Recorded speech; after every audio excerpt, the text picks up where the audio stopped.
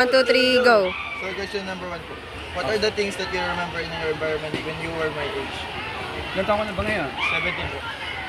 Ano ako 70. Mahilig ko kasi ako noon sa mga parang kayo din, nagkakatong ba kayo? Hindi. Kaya pamamasyal kasama yung mga kaklase. At kami kadalasan namamasyal kami noon, doon sa amin kasi sa Mauban, napakaganda ng ilog, yung tabing ilog.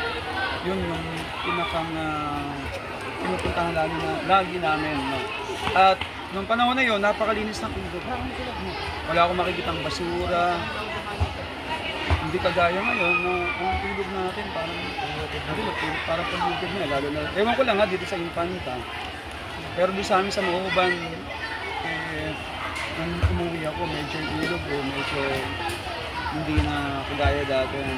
Pero hindi naman tumitigil yung pamahalaan para linisin yung ilog. Yun, ano pa ba ang kapaligiran, yung mga nakapaligid sa akin? Kumbawa, yung mga panahong yon, wala akong makikitang mga kabataan na parating, kasi hindi po usong gadget na mo. Yung mga kabataan ngayon, makikita mo, gadget na lang parating na ako. Noon, mga kabataan, noon, edad ko, halimbawa, bola, kasi laro. Kaya, kung ano man yung mga hilig nila na sports, hilig mo kasi sports yung taga-physical, yung nababata kang katawan. Kagaya ngayon, ilan nga yung cellphone mo, dala-dala. Yun. Then, napakalaki kasi yung factor nun sa pakikihalubilo, sa socialization. No? Yung mga kabataan noon pala kaibigan kasi nga, yung laro noon is talagang more on physical. Ngayon, mga kabataan nandun lang sa isang sulok, may ako na cellphone, lalaro na ako. Hindi nakakatulong para sa physical, sa aspect ng physical. Palakas ng katawan. Kagaya nung kakilala ko ngayon, napakalakas ng basketball. Sir, in question number 2 po, what are the things that you like doing when you were my age? Ano daw po yung mga kinahiligan mong gawin nung 17 lang. Kasi mahilig na ako mag-aral. Mag-aral, totoo yan. Ako talaga Sir, sa basketball po. mag-aral and then mag-basketball, mag-shot kasama ng mga barkada nga.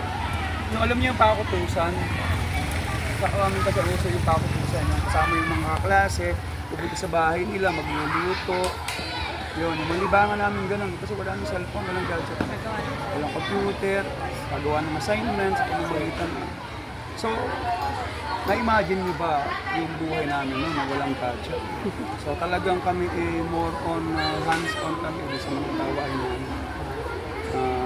Gaya ng pag-research, ayun pala, palipas oras ko ng library. Napunta ko ng library noon. At namimili ako ng mga libro na kung saan ay doon kami kukuha ng sagot sa assignment. Di kagaya ngayon. Search na. Isang click lang sa pang-tate Kuya Google. Hirap naman ang tanong mo yung madali-dali. Okay, gutom na. Question number 3 po, what are the positive and negative changes in the environment? Ano daw po yung mga positibong pagbabago sa ating environment at sa negative? Positive para sa akin muna is tayo kasi ngayon, lumulad na yung tayong teknolohiya natin. Saka yung environment natin noon, halimbawa, doon na lang sa amin sa Mauban. Dati, parang gubat yung lugar na dinadaanan namin. Pero ngayon, develop din. Parang na silang ginagawa ng subdivision. Tapos yung mga kalsada, napakagandang daanan na, hindi na maputik. Yun.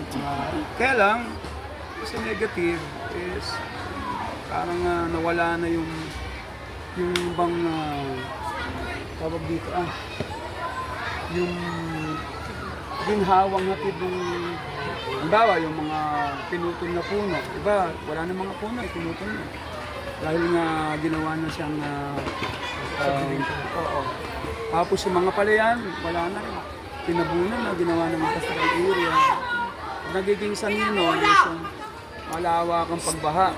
Gaya nung latest lang nangyari, bumaha sa amin doon sa Mauban. Kasi nga, yung mga puno doon sa ginawang subdivision, may mga subdivision kasi sa amin sa Mauban na ginawang ginawa niya sa subdivision. So yun, wala nang mga niyog na karamihan, niyog, kasi karamihan kasi sa Mauban niyog, mga puno ng malaki. Yung siya nakakatulong para yung mga tubig eh hindi na mag-ugat na pumitigil doon sa tubig para bumaba agad ang baha. Eh, wala, sobrang nakakalungkot kasi nga yung mga pangyayari na hindi nangyayari nung una, eh nararanasan namin yun doon sa gaya ng pagbaha. Ay sir, yung last question po. Do you think environment plays a vital role in a Yes. person's development? Why? Oo. Yung kapaligiran natin kasi, yung sa environment natin, dalawa kasi, di ba, yung mga nakakasalubong ng mga ating mga tao. O kaya itong physical environment, napakalaking, anong tawag dito, napakalaking factor niyan para sa isang, sa paglago ba, ano mo ba? Vital role in a person's development. Ako sa paglago ng isang tao. Ang bawa ako ay namulat sa isang environment, diba, sa mga kasamahan ko sa bahay, is yung mga taong palaaral, no? Mayroong palaaral, palasimba. So, ganun din ako, siyempre, mangyayari sa akin, yun ang aking, kumbaga, sabi nga, tell me who your friends are and I will tell you who you are.